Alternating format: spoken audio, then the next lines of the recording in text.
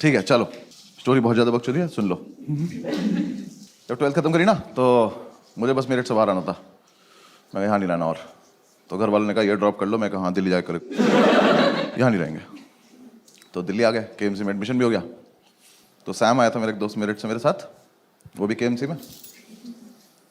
हम दोनों ने एक PG में रूम ले लिया। काफ़ी आलिशान रूम था, 2 सिंगल बेड थे, अलमारी के नाम पे एक माचिस की डब्बी लगी थी दीवार में।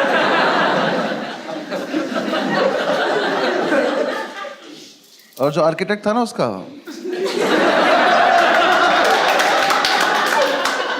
वो थोड़ा नशे में था। उसने 2 दरवाजे बनाए थे, एक दरवाजा सड़क पे ही खुलता था, तो अगर कभी जाने अनजाने में खोल दो तो स्कूटी में लग जाता था किसी की। आदमी बढ़िया जा रहा, भाग जाया था गिर, किसी ने दरवाजा खोल दिया। तो हम उसे ज़्यादातर बंद ही रखते थे क्योंकि हम भी नशे में रहते थे। तो उस कमरे में एक तरफ हम चाय बनाते थे, तो उधर एक बार चाय गिर गई थी, तो उसके ऊपर अखबार बिछा दिया था। तो अब जो हेडलाइन थी वो चिपक गई थी। तो न्यूज़ के नाम पे हम रोज ये पढ़ते थे कि गाजियाबाद में सरेआम कत्ल हुआ है। और हम रोज वहां से निकलते कहते गाजियाबाद में बहुत कत्ल हो रहे हैं यार।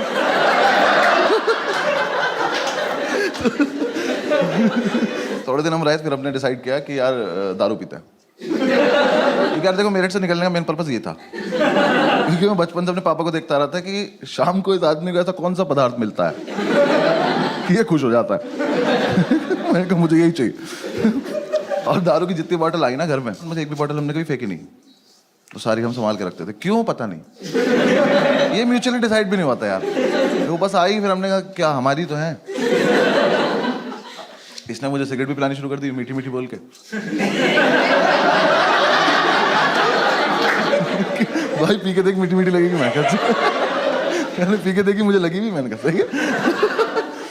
जितने लोग स्मोक करते हैं उन्हें पता होगा कि छोटी गोल्ड में से ना धुआं बहुत आता है। जो नहीं करते मैं बता रहा हूँ आप, हाँ ऐसे गूगल मत करने लग जाना, आता है वो। पता नहीं उसके हाथ कुछ बीमारी है, वो पुरानी सिगरेट कभी खींच लेती है, पता नहीं क्या उसके साथ। तो ना कमरे में धुएं से बादल बना के और बस उसे बैठ के देखता रहता था। मैं पूछता था क्या कर रहा है, कह रहा भाई देख उसमें कुछ दिख रहा है। मैं क्या दिख रहा है, कह रहा देख एक कुत्ता दिख रहा है। तो मैं देखता, मैंने कहा हाँ दिख तो रहा है। फिर हम दूसरा बादल बनाते थे, फिर हम दोनों कुत्तों की लड़ाई कराते थे। तो ठीक चल रहा था हमारा, फुल ऑन एंटरटेनमेंट चल रहा था। फिर एक दिन हमने ऐसे डिसाइड करा कि आओ थोड़ी बहुत सफाई वफाई कर लेते हैं। हम निकले घर से कि थोड़ा सामान वामान लेके आते हैं। बादल बना के, कमरा बंद करके, ताला लगा के हम लोग गए। पास की एक दुकान थी, वहाँ जाके हम भूल गए हम क्यों आए थे, सिगरेट पीने लगे।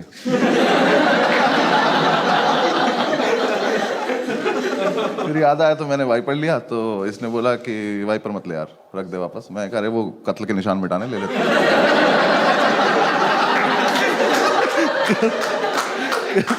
कह रहा कि नहीं कोई जरूरत नहीं है, मैं कर लूंगा अपने आप। मैं कहा अच्छा ठीक है। तो हमने बेसिकली हम कुछ लेने गए थे, बिना लिए थोड़ी देर में घूम घाम के वापस आ गए। तो हमारे यहाँ गैलरी थी, यहाँ वॉशरूम था, रूम से काफी दूर। आर्किटेक्ट होगी उसकी कुछ दिक्कत, मुझे नहीं पता क्या। तो ऐसे वॉशरूम था, चाबी इसके पास थी, भाग के आया और वॉशरूम में घुस गया। तो मैंने कहा चाबी, कह रहा नहीं दे रहा। ये क्या फेटिश है कि मैं चाबी छिपा लूंगा अपने पास।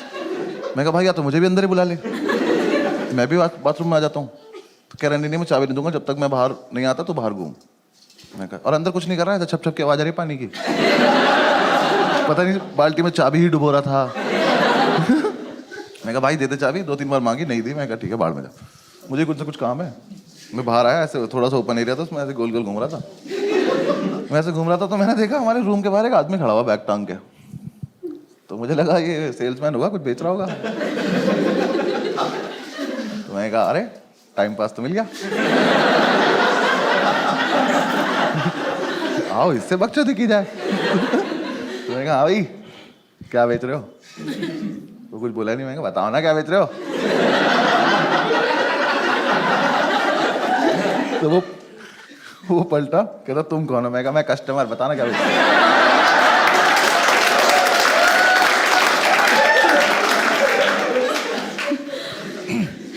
कह रहा मैं सैम का फादर हूं। ये तो कोई बेचने की चीज। तो मुझे समझ नहीं आया इस पर रिएक्ट कैसे करते, मैं बस पलटा में चल दिया। तो कह रहा कहाँ जा रहे हो? मैं कहा मैं कस्टमर ना, कुछ खरीदने जा रहा हूँ। कह रहा सही से बताओ तुम करते क्या हो? मैंने कहा अंकल मैं ना पीछे डांस सिखाता हूँ वहाँ पे ना। कुछ समझ ही नहीं आया।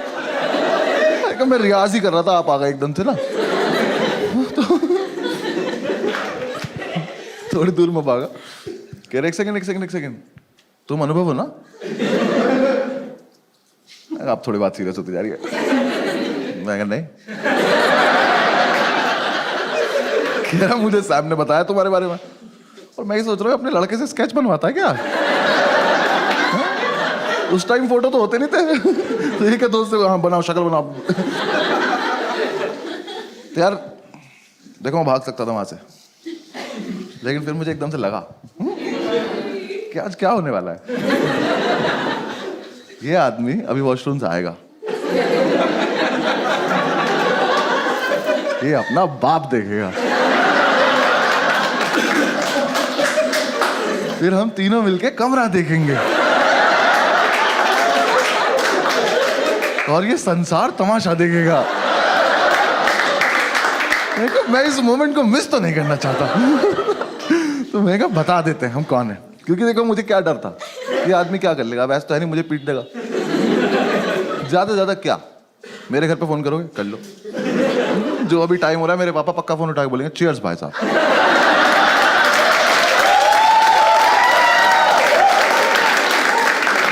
मुझे कोई लोड नहीं था, मैंने पूरी कैलकुलेशन की अपने दिमाग में। मैं कहा बता देते हैं। मैंने कहा हाँ अंकल मैं अनुभवी हूँ, मैं तो ऐसे ही मतलब थोड़ा मजाक कर रहा था आपसे। अब उसका मुंह देखे बोलना नहीं चाहिए था कि उससे मजाक कर रहा था मैं। भाई बिल्कुल बाप, हाँ जो मेरे पापा ना पापा है, ये बाप कहते हैं। वो लड़के नहीं तो बचपन से बाप बनना चाहते हैं कि स्माइल नहीं करेंगे वरना औलाद पैसे मांग लेगी। इतना सीरियस है तो खड़ा मैं कहा ठीक है अंकल मतलब मैं ही हूँ, आप बताओ कैसे हो आप? कह रहे सैम कहाँ है? हो गया शुरू। मैंने कहा अंकल यहीं पे है, ये रहा यहाँ पे वॉशरूम है, वॉशरूम में। कह रहा बुलाओ उसको। मैं कहा भी बुलाते हैं। मैं गया, मैंने जाके गेट दिया, मैंने कहा बैठी आपके फादर आए हैं।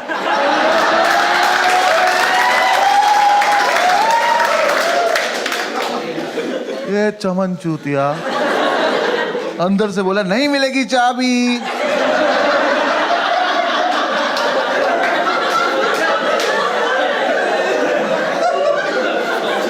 कहा बैठी रख लो चाबी, आपके पापा आए हैं। तो अंदर से कह रहा मेरे डैड जी क्यों आएंगे? वो तो यही आदमी बता पाएगा। मैंने कहा भाई यहाँ एक शख्स है जो क्लेम कर रहा है कि वो आपके पापा है, तो अब ये कंफर्म करने के लिए आप ही को आना पड़ेगा, क्योंकि मेरे पास कोई टेक्नोलॉजी नहीं है। इसको समझ ही नहीं आ रही है बात। इसको लग रहा है मैं चाबी लेने के लिए अलग अलग बहाने बना रहा हूँ। तो अपनी जोन में खुश है। और ये कॉमर्स का था ना, तो ये नया नया कूल बना था दिल्ली।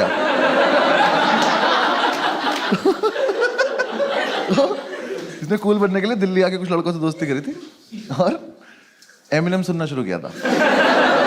पर इसके लिए नहीं था, वो मेरठ का लड़का एमिनेम, समझ रहे हो तुम? वहां के लड़के अभी भी मेमोरी कार्ड को चिप बोल रहे हैं यार।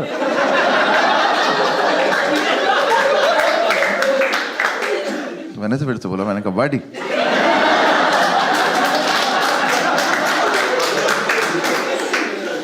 प्लीज मान जाओ, आपके पापा आए हैं। अंदर से कह रहा है buddy love the way you लाई।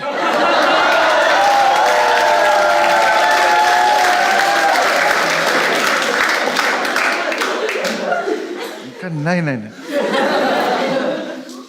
अपने पापा कसम नॉट लाइंग। एक ही मिनट लगेगा, बाहर आके चेक कर लेना। अलग फील में इतने अंकल आ गए कि हाँ चल क्या रहा है। अंकल आए, मैंने कहा अब पता है सारी गलती इस आदमी खुद की, सब इनकी वजह से हुआ है। अगर ये उस दिन आके एक शब्द बोल देते तो वो लड़का सुन लेता, वो बाहर आ जाता, सब हो जाता। बाप है, कैरेक्टर में रहना।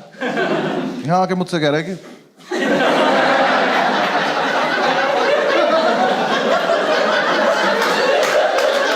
मैं बहन मम्मी मुझसे क्यों बोल रहा हूँ? ये तो रहा लड़का अंदर तुम्हारा। हाँ, बोल दो ना। नहीं कुछ खड़ा है, मैं शांति से। मैंने कहा आ गए।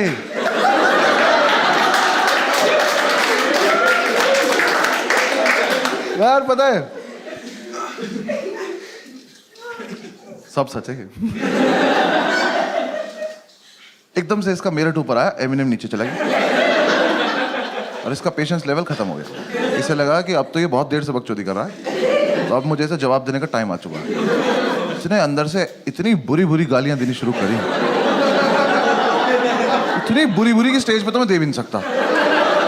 ऐसे गालियों का लूप चला और मैं सोच रहा हूँ ये वाली तो बहुत एस्केलेट कर दिया यार तूने। और ऐसे चला चला चला चला चला और एकदम से एक लाइन आई, और तुझे पता है मेरा बाप कितना बड़ा चूतिया है।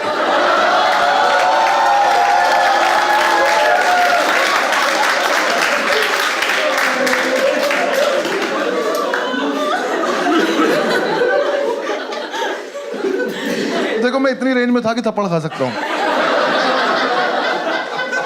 फिर मुझे लगा कि अब ये बकचोदी चलती रहनी चाहिए। तो मैंने कहा कैसे?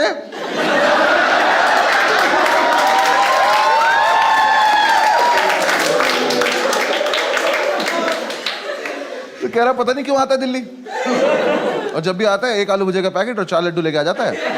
फिर मेट्रो स्टेशन से फोन करता है, मुझे मेट्रो स्टेशन जाना पड़ता है। कह रहा ये नहीं कभी मैं दारू ले आया।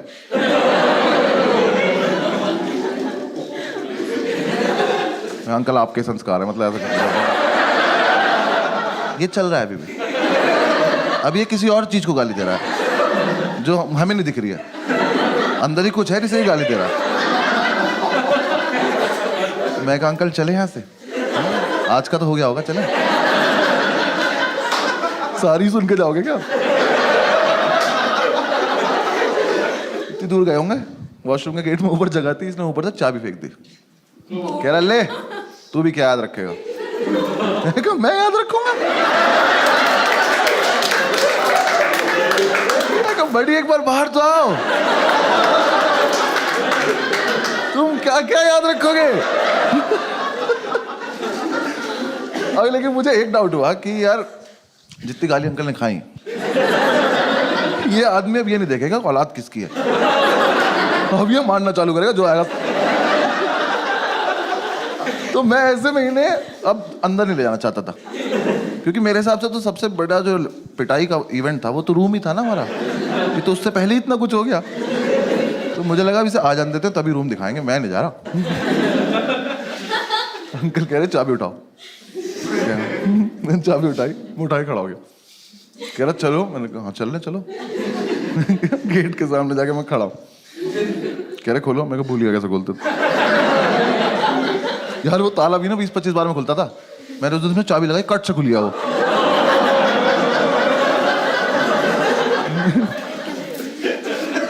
ऊपर वाला तो साथ नहीं दे रहा आज। मैंने ताला ऊपर अटका, कुंडी खोली, मैंने कहा अंकल अब आप कर लो। अंकल ने गेट खोला, पहले तो बादल आए, वो 2 जर्मन शेफर्ड अंकल के ऊपर से गए। वो आदमी स्मोक नहीं करता, कह रहा ये क्या था? मैंने कहा कुछ नहीं। अंदर आओ, अभी तो बिजली भी कड़क रही है, आ जाओ। अंकल अंदर घुसे, सामने एक चेयर पड़ी थी, उस पर कपड़े पड़े थे, मैंने कपड़े हटाए, मैंने कहा अंकल यहाँ बैठ जाओ, बस बैठ रहो। बाप लाइट जलाओ, मैंने कहा लाइट नहीं आ रही। वो पुराना वाला स्विच बोर्ड लगा हुआ था, उस पर वो इंडिकेटर नहीं लगा रहता था, तो वो जल रहा था। तो कह रहा वो तो जल रहा है, मैं कहा ये इन्वर्टर जल रहा है, छोटा इन्वर्टर इतना ही लोड ले पाता।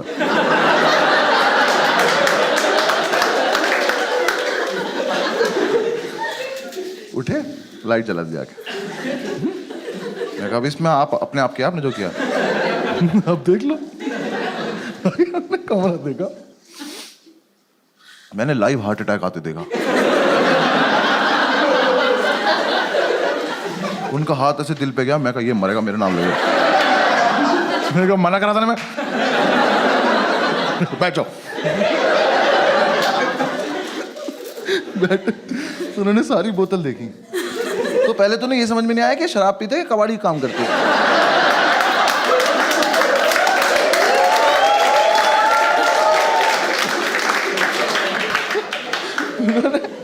बॉटल देखी और मतलब इतना जेन्युइन सवाल उनका कि पीते ही हो ना? हाँ पीते हुए। और देखा कि साफ सफाई देखी कितनी है। उठ के कमरे में घूमे, मैं उधर मत जाओ, कत्ल हो रखा वहां पे। उन्होंने देखा हमारा चाय वाय का एरिया, कह रहे अच्छा अच्छा ठीक। एक तो बाप लोगों को ना, बच्चा उनका आर्टिस्ट हो इसकी कदर नहीं होती, आर्ट की कदर नहीं होती उन्हें। इतना सुंदर पिरामिड बनाया था हमने सिगरेट की डब्बियों से, तोड़ दिया। हम पंखा नहीं चलाते थे कि गिर जाएगा, आगे तोड़ दिया वो डिब्बियां देखना सारी, उसमें से एक डब्बी उठाई, उसमें से आवाज आई, खोली तो उसमें बीड़ी थी। तो कह रहे तुम सिगरेट भी नहीं पीते?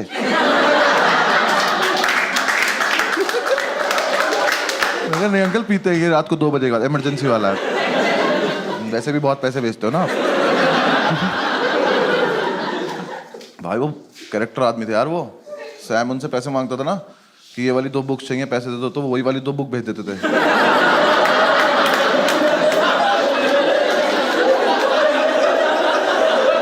फिर हम दोनों पूरे मार्केट में बुक ले घूम रहे थे, कोई ले लो यार, तो हमारे तो कोर्स की भी नहीं है।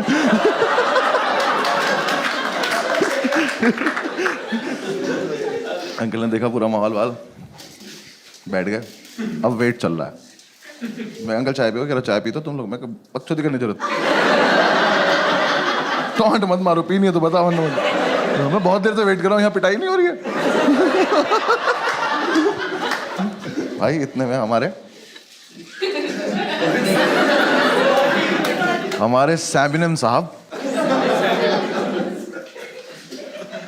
देखो इस लड़के को बिल्कुल नहीं पता है बाहर क्या हो रहा है, इसकी दुनिया कहीं और है। ये वॉशरूम से निकला, इसका ऐसे हाथ निकला, ये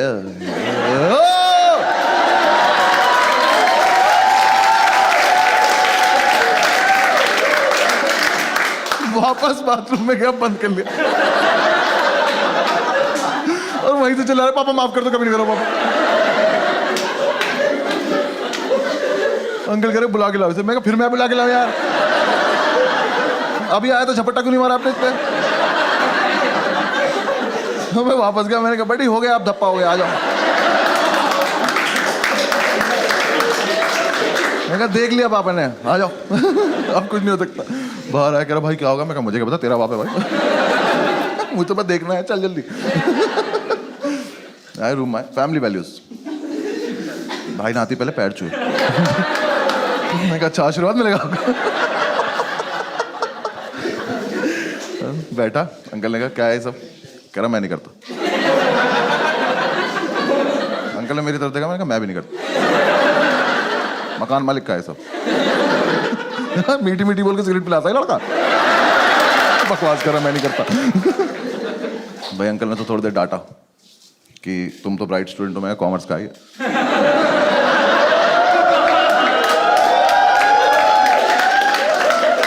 कह रहे बेटा ये सब करने की क्या जरूरत है, फलान ठिकाना। वो डांटे। मैं कहा अब मारेंगे कुछ नहीं। उठे, खुद बाथरूम गए, तुरंत वापस भी आ गए। मैं कहा इनका क्या चल रहा है इनकी फैमिली में? इन लोगों को सीधा सीधा टारगेट दिख क्यों नहीं रहा अपना? सामने मारो पैंच की तरह। फिर वो आप बताए, फिर उससे बातें कर रहे हैं कि तुमने मतलब क्यों किया होगा ये, बेटा गलत चीजें हैं। और मेरी तरफ देख के कह रहे हैं लड़कों के साथ रहना छोड़ दो। मैं कहा छोड़ देना, अभी मुझे वो दिखा दो जो देखने के लिए बैठा हूँ। कुछ नहीं, मैं ऐसे घूम रहा, मैंने अंकल का बैग देखा तो उसमें 1 आलू भुजिया रखी, 4 लड्डू रखे। मैंने कहा आज तो नहीं निकालेंगे, आज तो इसे वापस ले जाएंगे। आज तो बात कर रहे हैं उससे, करते करते उन्होंने आलू भुजिया निकाल दी। मैं कह अरे यार कहते ही शर्म नहीं आ रही, अभी गाली खाई है। आलू मुझे रख दी, 4 लड्डू रख दिए। कह रहे बेटा सुनो, ये सब बिल्कुल बंद कर दो और वीकेंड पे मेरे उठाओ, तुमसे बात करता हूँ। बैग उठाया और चल दिए। ये क्या टाइम वेस्ट हुआ मेरा? ये तो मतलब इतने कैरेक्टर में थे क्यों आप, अगर आपको इतना ही इजी काम नहीं आता तो? भाई वो चले गए। मैं कहा ये क्या हुआ है यार, तेरे पापा तुझे मारते नहीं है? कह रहा भाई मेरे पापा तो मुझे वाइपर से मारते हैं।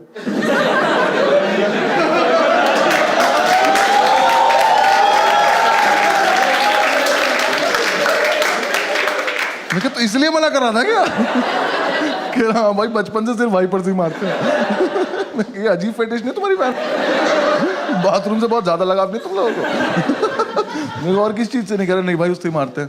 मैं तो अब क्या होगा? कह रहा कुछ नहीं, वीकेंड पे मेरठ जाऊंगा और पापा नया वाइपर लाएंगे और फिर उसके बाद आके दिखाऊंगा।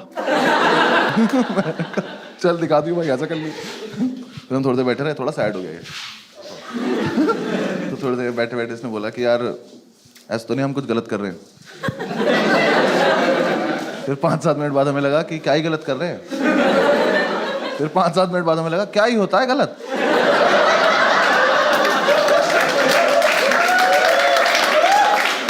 किसी के लिए गलत, किसी के लिए सही होता है। तो हमारे पास एक और क्वार्टर पड़ा था, हमने वो निकाला, एक एक पैक बनाया। भुजिया आई थी, इसका यूज भी तो करना था। हमने भुजिया गोली, अपने अपने बादल बनाए। हमारे कुत्तों की लड़ाई होने वाली थी कि अंकल वापस आ।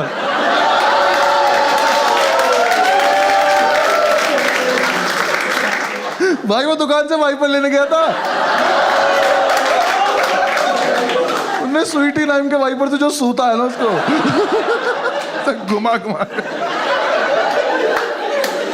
अंकल देखे मेरे, uncle love the way you lie.